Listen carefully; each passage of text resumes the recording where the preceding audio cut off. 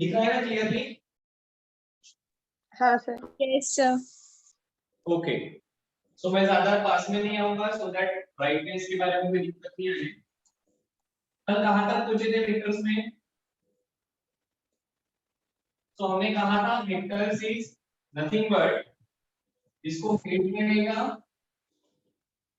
Tell रहेगा,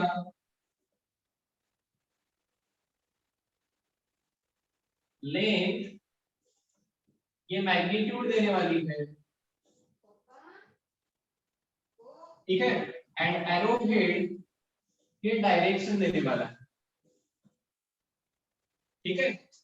तो this was our vector. इसके एडिशन की दो मेथड्स हमने देखी थी, हेड एंड टेल, या सेकंड मेथड है ट्रायंगल लॉ। ट्रायंगल लॉ, सही है। कैसे ऐड करते हैं इनको?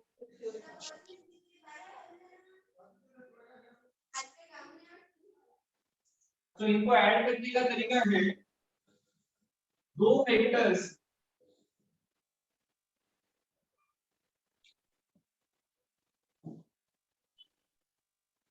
वेक्टर्स को इस प्रकार से अरेंज करना कि ये पहला वेक्टर है, इसके हेड के पास दूसरे की टेल आए,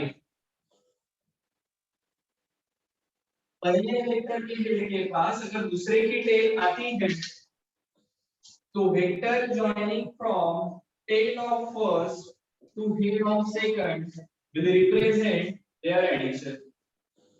इसको अगर ए बार कहा है, इसको बी बार कहा है, तो this will be A bar plus B bar. क्या सही है क्या? इसको ट्रायंगल लॉ इसलिए कहा बिकॉज अगर मैं ट्रायंगल कंप्लीट करता हूं तो triangle is a closed figure, जहां पर ट्रायंगल की तीसरी स्लाइड इस प्रकार से रहेगी, पहला, दूसरा, this will B third side of triangle. Triangle closed figure है, यहां से स्टार्ट हुई वहां पर ही एंड होगी, जहां से स्टार्ट वहां पर ही एंड। और ये अगर क्लोज्ड फिगर है तो वी कैन से दैट कि भैया देखो ये ट्रायंगल है, पर अगर ये दो साइड ट्रायंगल की दो वेक्टर्स रिप्रेजेंट करते हैं तो तीसरी साइड सिर्फ अपोजिट डायरेक्शन में, तीसरी साइड सिर्फ अपोजिट डायरेक्शन में उनकी एडिशन रिप्रेजेंट करने वाली है। Is it clear? Yes sir. क्या सही है? यहां तक कल हम पहुंचे थे, ठीक है। अब इस वेक्टर एडिशन का और एक लॉ है which is called as parallelogram law of vector addition. कौन सा लॉ है? Parallelogram law of vector addition. वो क्या कहता है? तो parallelogram law of vector addition कहता है कि देखो अगर दो vectors are represented by adjacent sides of parallelogram, ठीक है, दो vectors are represented by adjacent sides of parallelogram, तो देखो क्या होने वाला है। पैरेललोग्राम ये ऐसी फिगर है जहां पर opposite sides are parallel to each other. तो ये एक है, इसको ये पैरेलल दूसरी साइड रहेगी, ये दूसरी साइड है, इसको पैरेलल, ये पैरेललोग्राम की चौथी साइड रहेगी। इसको अगर मैंने p बार कहा, इसको q बार कहा, पैरेलल सेम मैग्नीट्यूड, ये भी q बार रहेगा, p bar parallel same magnitude, ये भी p बार रहेगा। Triangle head and tail method को याद करो, इसको पहला माना, इसको दूसरे माना, थोड़े से लेवल चेंज करता हूं काफी कुछ। This is p q p q, इसको पहला माना और इसको दूसरा कहा, तो पहले के टेल से दूसरे के हेड को ज्वाइन करने वाली लाइन उनकी एडिशन रिप्रेजेंट करती है।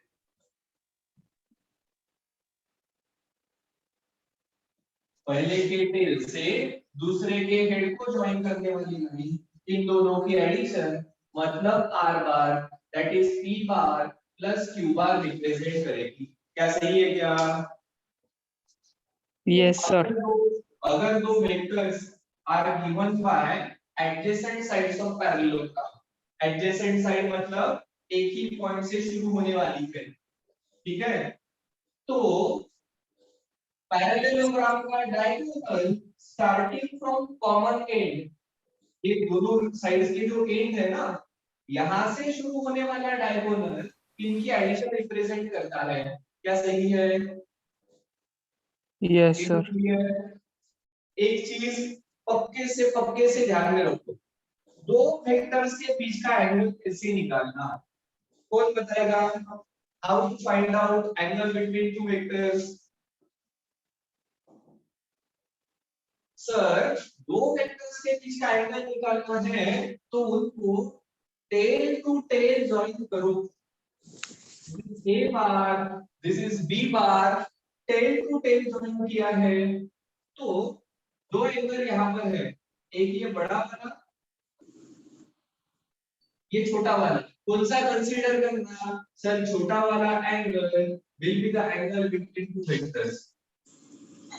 जैसे फॉर एग्जांपल मेरे पास एक इक्विलैटरल ट्रायंगल है, कौन है मेरे पास?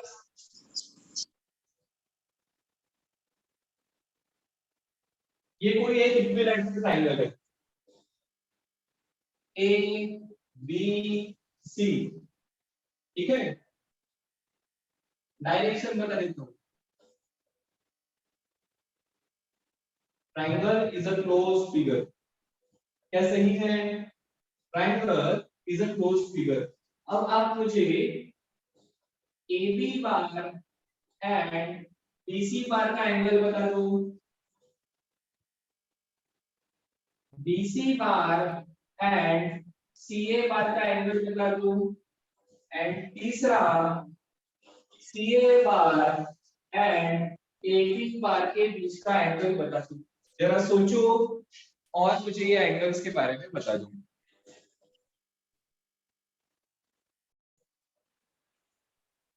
बताओ क्या क्या है answer? A B bar and B C bar क्या है एंगल? Sir 120 degree. पक्का? Yes sir. Excuse me. Yes sir. तो देखो, ए बी, ये ए बी की डायरेक्शन, मैंने ए बी को पैरेलल यहां पर लिखा। बी सी, ये बी सी की डायरेक्शन है, इसको यहां पर लेकर जाना पड़ेगा। क्या सही है? या आप ऐसा सोच सकते हो, इस ए बी को मैं नीचे यहां पर लेकर जा रहा हूं, ए बी को नीचे लेकर जा रहा हूं, ये मेरा बी सी बार है, 10 to 10 लेकर जाना पड़ेगा, सही है। सो rather than I should write this is AB bar and this is BC bar. So अब देखो क्या एंगल आने वाला है 120 डिग्री। अगर आपको ऐसा समझने में दिक्कत हो रही है तो I should draw triangle once again.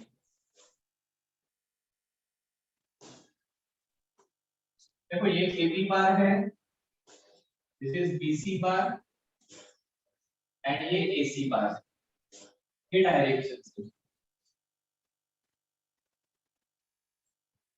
कौन सा एंगल पूछा सर पहले?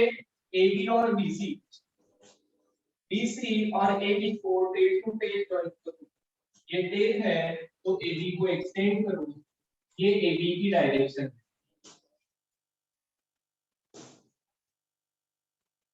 ठीक है। ये 60 डिग्री है, आपको पता है ऑब्वियसली ये एंगल रहेगा 120 डिग्री। तो BC बार और AB बार इनके बीच का एंगल 120 डिग्री है एंड नॉट 60 डिग्री, क्योंकि ये टेल टू टेल नहीं है। फिर कौन सा पूछा है? CA बार एंड AB बार, इसको एक्सटेंड कर दो, अगेन ये 60 है तो ये आ गया 120 डिग्री। तीसरा कौन सा पूछा है? BC और CA, ये BC की डायरेक्शन है, ये CA की डायरेक्शन है, तो ये भी एंगल 120 हो जाएगा। क्या सही है? ये सभी एंगल्स 120 डिग्री हो जाएंगे। Is it clear? Yes, sir. क्या सभी क्लियर है? अरे हाय राम, Yes, sir. पक्का? Yes, sir. ओके, तो देखो हमारे पास और एक फॉर्मूला है इस वेक्टर में इंपॉर्टेंट है, वो हम समझ लेते हैं।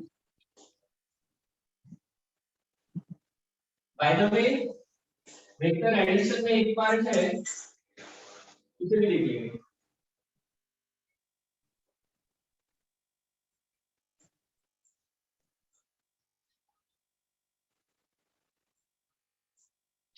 देखो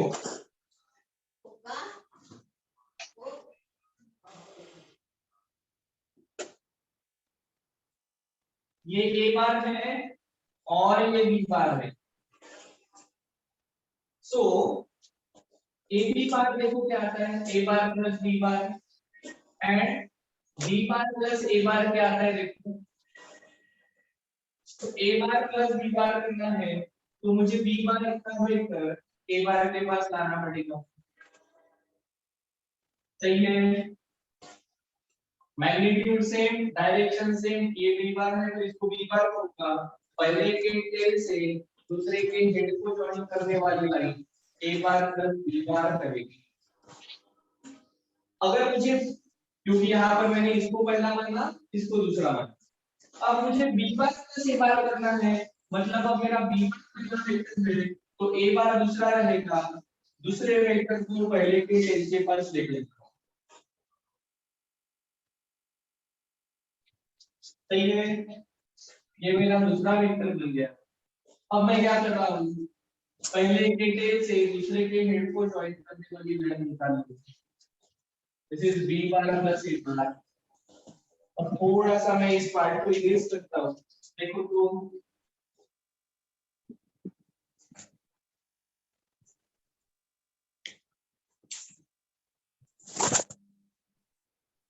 क्या दोनों की डायरेक्शन सेम आ रही है? हाँ सर। क्या दोनों का मैग्नीट्यूड लगभग सेम है? तो इसलिए a बार प्लस b बार करो या b बार प्लस a करो, ये वैल्यू सेम आने वाली है। Is it clear? a bar plus b bar equal to b bar plus a bar, क्या चलेगा क्या? इस प्रॉपर्टी को क्या कहते हैं? कम्यूटेटिव। क्या कहेंगे इसको?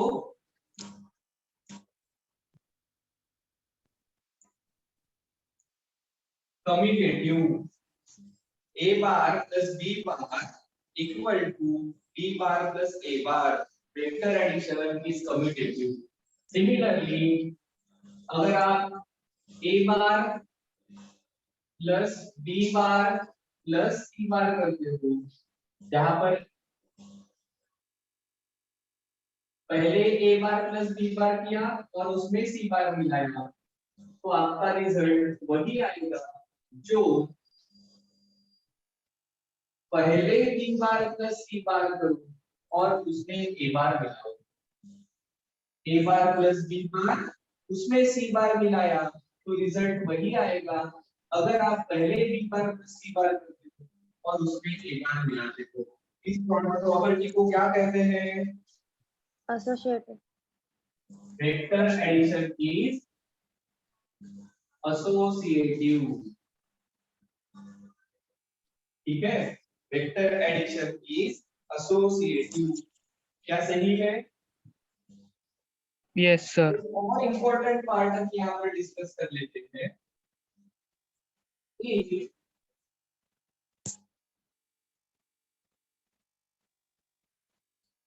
Multiple vectors for closed polygon.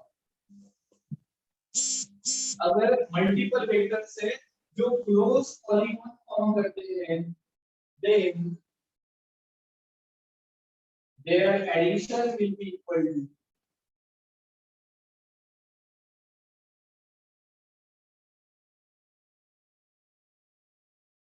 Mu को ही आपने नाम दिया है नल वेक्टर। सर कैसे जरा बताओ। ठीक है, देखो मल्टीपल वेक्टर से पहला, दूसरा, तीसरा, चौथा,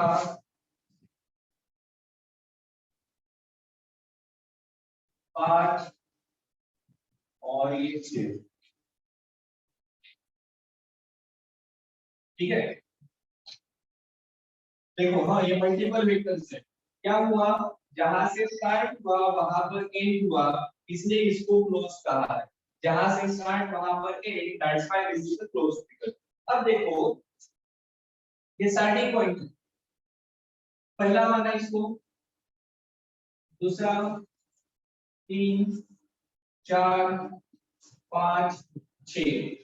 एडिशन कैसे करती है, पहले के टेल से दूसरे के हेड को ज्वाइन करने वाली लाइन उनकी एडिशन रिप्रेजेंट करेगी। पहले के टेल से दूसरे के हेड को ज्वाइन करने वाली लाइन उसकी एडिशन रिप्रेजेंट करेगी। ठीक है, सो यह आ गई एडिशन ऑफ 1 प्लस 2। अब मैं 1 प्लस 2 को पहला मानता हूं एंड 3 को दूसरा मानता हूं, तो इसके टेल से दूसरे के हेड को ज्वाइन करने वाली लाइन, इन दोनों के एडिशन दैट इज 1 प्लस 2, पहले एडिशन कर दी फिर तीसरा मिलाया। अब 1 प्लस 2 प्लस 3 को पहला माना, 4 को दूसरा माना, तो पहले के टेल से दूसरे के हेड को ज्वाइन करने वाली लाइन इनकी एडिशन रिप्रेजेंट करेगी। यह आ जाएगा 1 प्लस 2, 1 प्लस 2 प्लस 3 प्लस 4। ये ब्लू वाली लाइन, अब इसमें मैं ये 5 बार मिलाता हूं, क्या मिलाया इसमें, ये 5 बार। तो देखो इसको पहला माना है, 1 2 3 4 को पहला माना, तो पहले के टेल से दूसरे के हेड को ज्वाइन करने वाली लाइन उनकी एडिशन रिप्रेजेंट करेगी। क्या हो गया ये, 1 प्लस 2 प्लस 3 प्लस 4 प्लस 5। अब देखो 1 plus 2 plus 3 plus 4 plus 5 is exactly equal in magnitude and opposite in direction to 6। Equal है, मैग्नीट्यूड सेम, डायरेक्शन अपोजिट है, तो इनकी एडिशन क्या आनी चाहिए,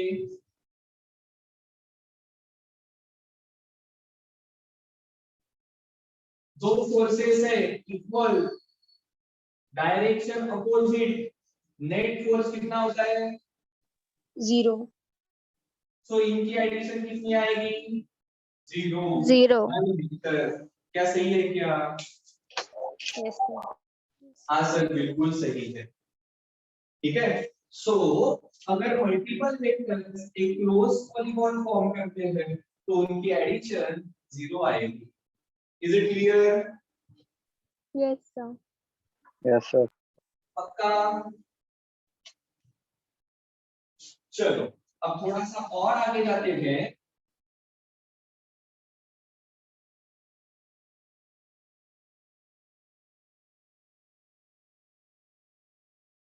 एक फॉर्मूला है जिसके थ्रू आप रिजल्टेंट निकालते हो, वो देख लेंगे। फाइनली ये 3 पॉइंट्स इन्होंने लिखे नहीं है, फटाफट से लिख लो। Vector addition is commutative, vector addition is associative, and if multiple vectors form closed polygon then their addition is 0, that is null vector।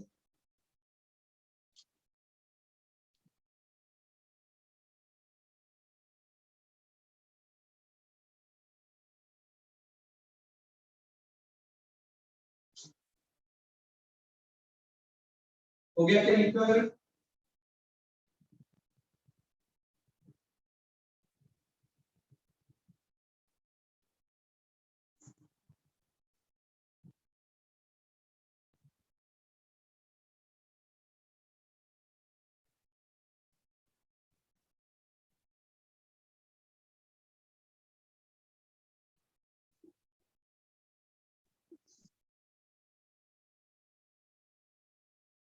चलो तो देखो आगे बढ़ते हैं। Let's talk about how to find out the resultant if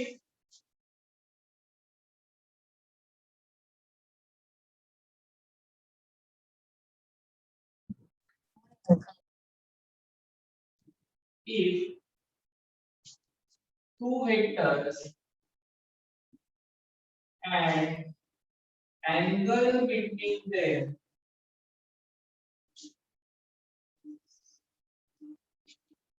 is given,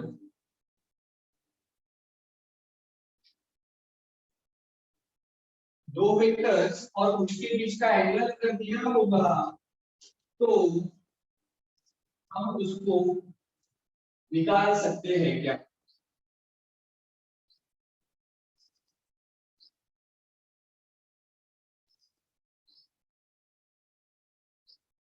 तो देखो बड़ा आसान है, क्या दिया है हमने? We have two vectors,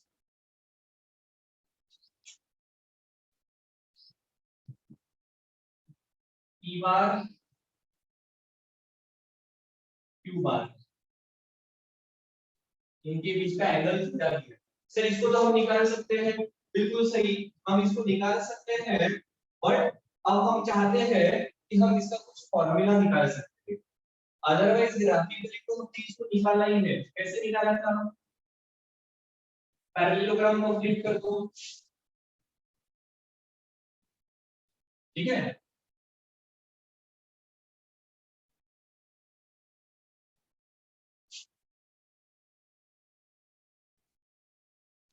parallelogram complete कर लो, फिर ये जो डायगोनल है ये इसकी एडिशन बता देना,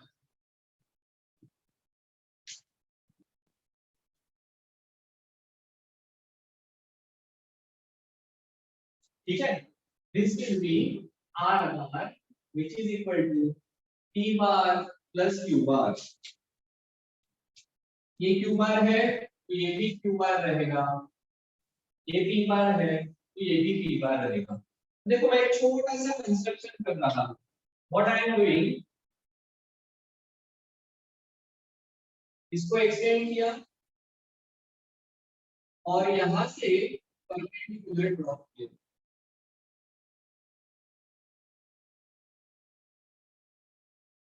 ठीक है। बिल्कुल सही है सर, इसको नाम दे देते हैं, ये O है, ये P है, ये Q है, this is R, this is M, ठीक है। ओके, ये परपेंडिकुलर है मतलब ये 90 डिग्री है। अब आपको ध्यान में आएगा सर ये जो ट्रायंगल है ना ORM, यहाँ पर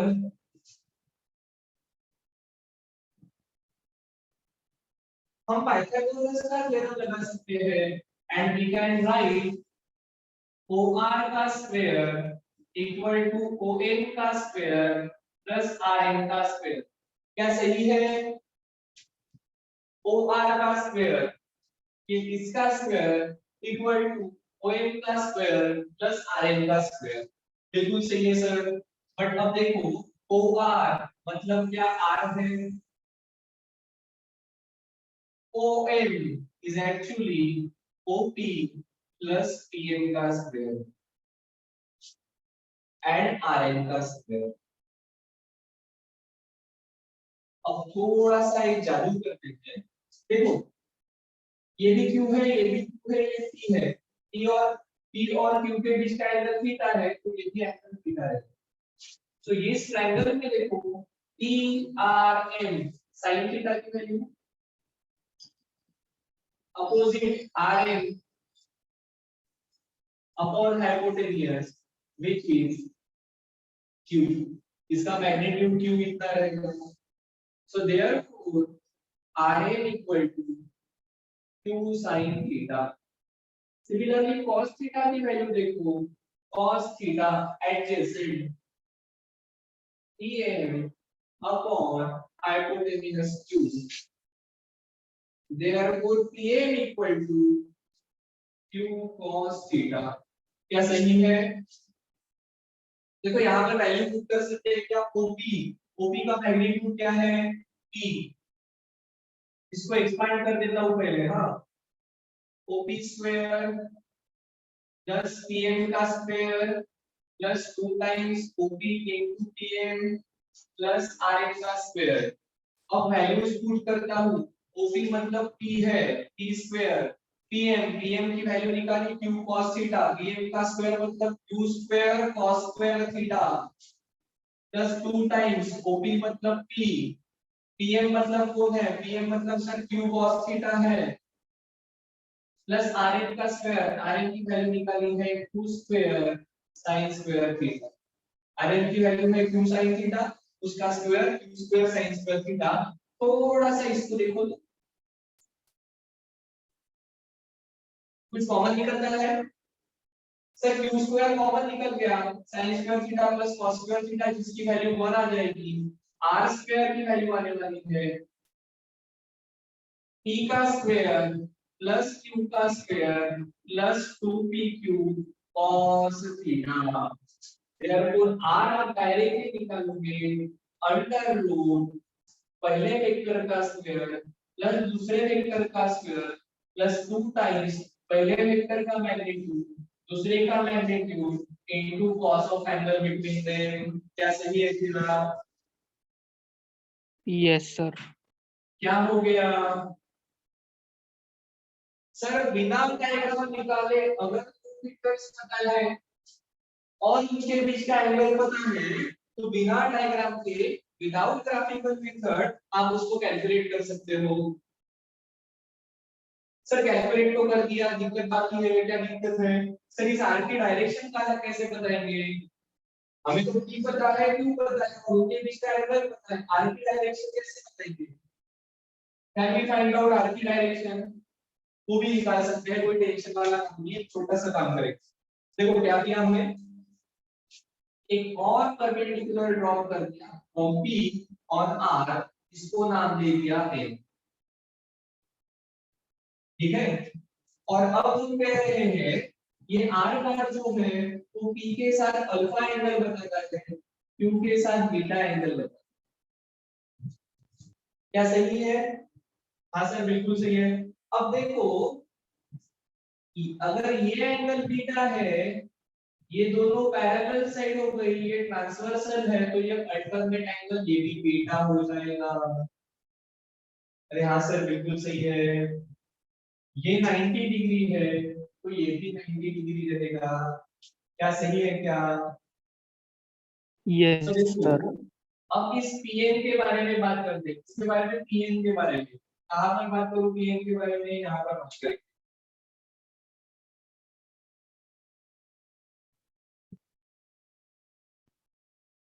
ठीक है, पीएन के बारे में बात करते हैं। पीएन उसके जगह मैं पीएन के बारे में बात करने से पहले let's talk about sine alpha की वैल्यू क्या आएगी। साइन अल्फा ये 90 डिग्री है, अल्फा के अपोजिट पी है अपॉन हाइपोटेन्यूज मैग्नीट्यूड पी।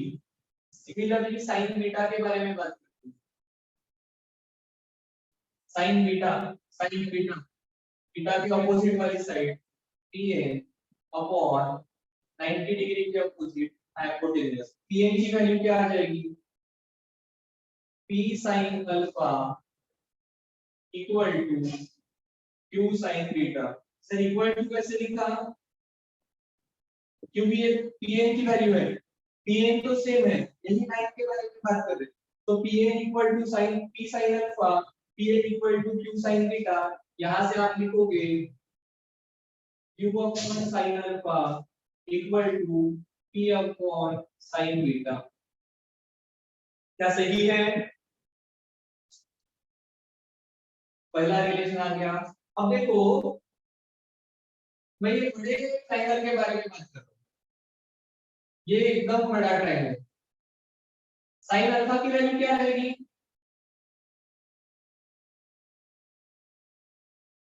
बड़ा ट्रायंगल, अल्फा के अपोजिट कौन है? Are N.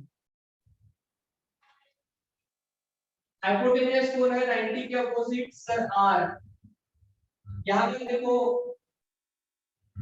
Sir theta sine theta के बारे में बात करेंगे। साइन थीटा अपोजिट कोण है आर एन।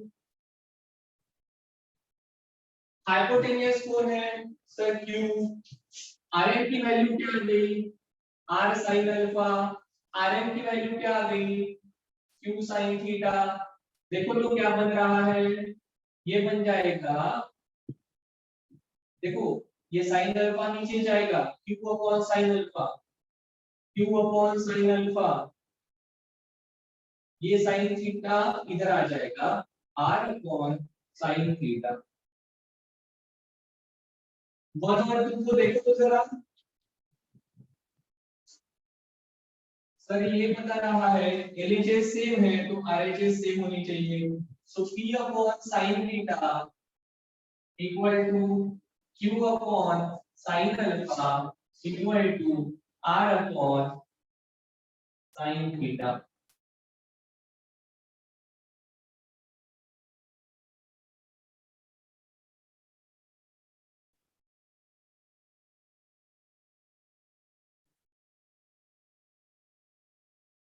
इसको लॉ ऑफ साइंस कहते हैं इसको लॉ ऑफ कोसाइन कहते हैं। इसकी ये क्या देगा देखो आपको सिर्फ पी क्यू एंड थीटा पता था। पी क्यू और थीटा को यूज करके आपने आर निकाल लिया। पी क्यू और थीटा को यूज करके आपने आर निकाल लिया मतलब ये फ्रैक्शन पूरा पता चल गया। क्यू की वैल्यू पता है you can find out sine alpha मतलब आप बता सकते हो ये आर वेक्टर अल्फा एंगल बना रहा है पी पी के साथ अल्फा एंगल बना हुआ है। या फिर r और sin थीटा की वैल्यू पता है p की वैल्यू पता है you can find out beta और फिर कहोगे जो रिजल्टेंट आ रहा है r it is making angle beta with q। Sir इसको याद कैसे रखना देखो p तीन एंगल्स है कौन से तीन एंगल है alpha beta and theta. Theta is angle between p and q। Alpha p और r के बीच का है बीटा q एंड r के बीच का है। सही है। अब देखो P के नीचे कौन सा एंगल है देखो सर P के नीचे बीटा है। बीटा किसके बीच का एंगल है beta is angle between Q and R। सो ऊपर P है P छोड़कर जो दोनों है Q एंड R उनके बीच का एंगल नीचे है बीटा। Q Q के नीचे कौन है अल्फा। अल्फा किसके बीच का एंगल है sir R and P। So Q छोड़कर जो दोनों है उनके बीच का एंगल नीचे। R R छोड़कर जो दोनों है उनके बीच का angle theta it is angle between p and q। इस प्रकार से आप इसको याद रख सकते हो। क्या सही है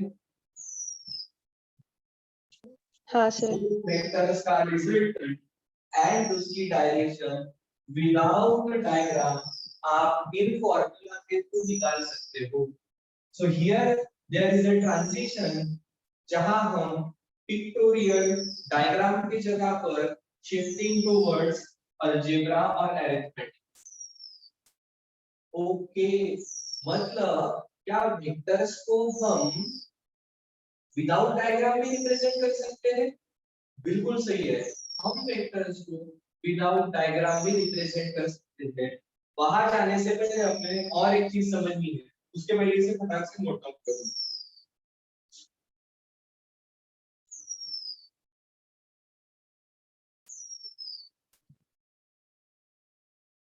लिख लो फटाक से।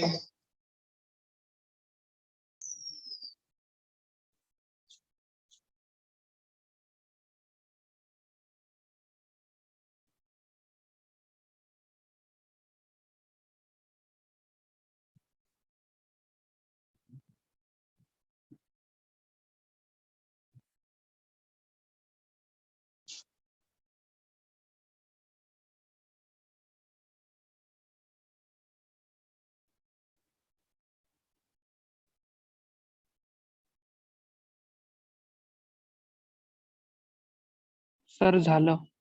झाला है चलो आगे जाते हैं।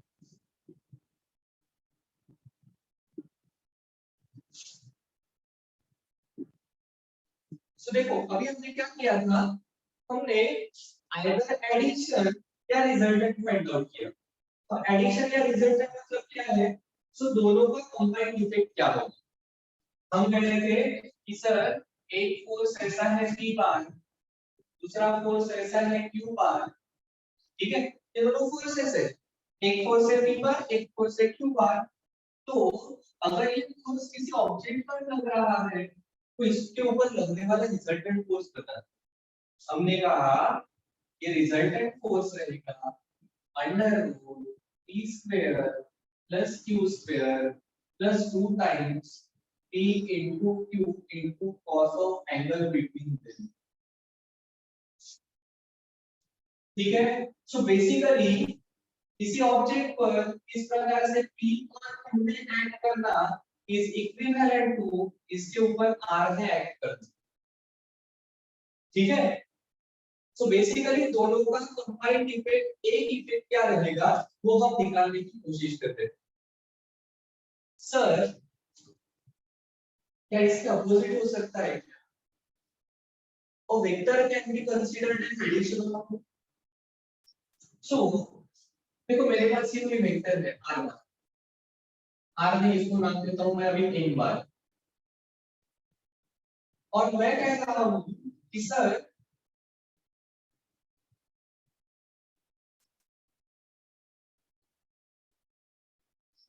हमारे पास ये दो वेक्टर्स हैं,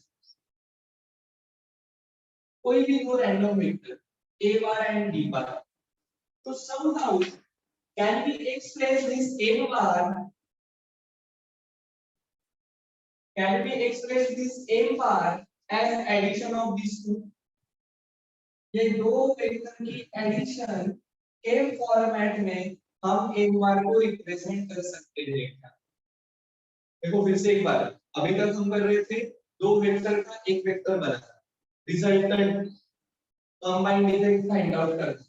अब हम थोड़ा सा हट रहे हैं और कह रहे हैं जैसे दो वेक्टर से एक वेक्टर बनता है which is called as resultant, तो क्या मैं इस n को कोई दो वेक्टर से बना है ऐसा कह सकता हूं क्या? बिल्कुल सही है, हम कह सकते हैं। देखो ये a बार है, देखो मैं a बार लूं यहां पर लेकर जा रहा हूं, सिर्फ व्हाइल डूइंग इट मैंने उसका मैग्नीट्यूड थोड़ा सा चेंज कर दिया, इसके लगभग 1.2 टाइम्स कर दिया। ये p बार है तो मैंने इसके अपोजिट माइनस 1.4 p बार लिया।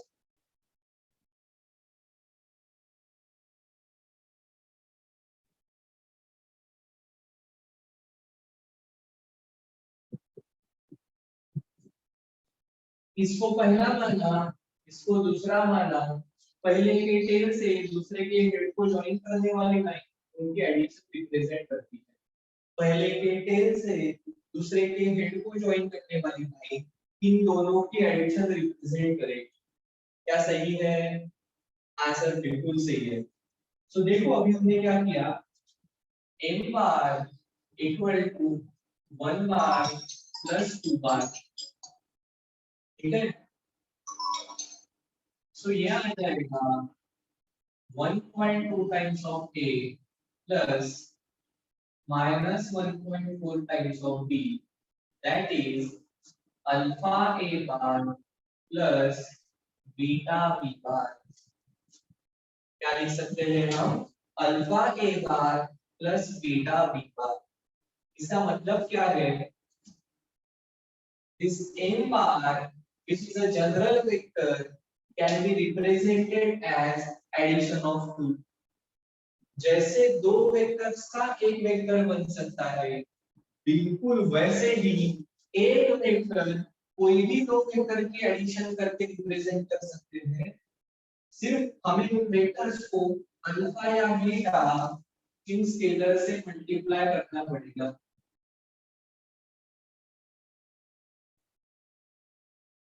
आप इसके साथ खेलकर देख सकते हो। You can take any two vectors. Sir आपने जानबूझकर ऐसे वेक्टर्स लिए थे?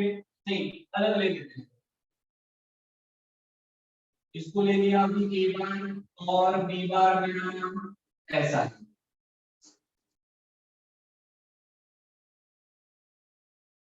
और सर अब बता दो कि ये एम बार ए बार और बी बार से बनता है, बता देंगे इंटीग्रेशन की बात करें तो देखो ये एम बार है, ये बी बार, ऐसा ही b1 इधर रहेगा, ठीक है। ये ए बार है, इसको थोड़ा छोटा कर दिया और आधा कर इसको ऐसा ऐसा इधर लाया।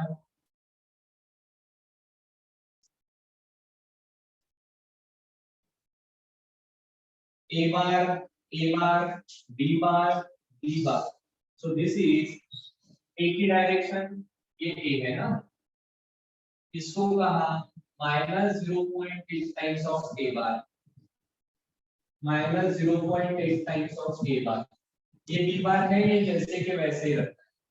तो नाउ ए बार, इसको पहला कहते हैं, इसको दूसरा कहते हैं, तो A bar is addition of A bar plus B bar. क्या सही है? अल्फा बीटा की वैल्यू क्या रहेगी? -0.8, बीटा की वैल्यू रहेगी 1। सो एक वेक्टर ये दो वेक्टर से बना है, ये हमारे मन में पक्का हो गया।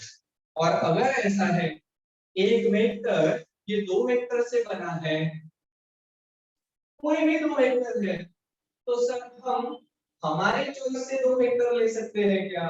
बिल्कुल ले सकते हैं, हम हमारे चॉइस से दो वेक्टर लेंगे एंड हम क्या कहने वाले हैं, ये दो वेक्टर्स ऐसे ले लो so that they are perpendicular to each other. इसी एम बार के बारे में बात करेंगे। ये एम बार है, इस ये एम बार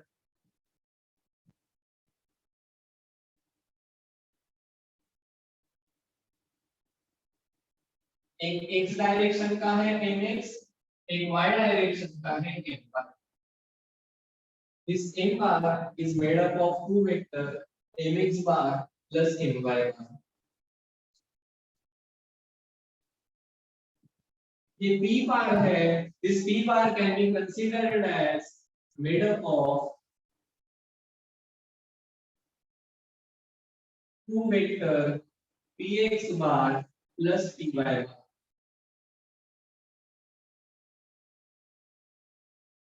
क्या सही है? ये p वेक्टर px और py से बनेंगे। px और py कैसे है?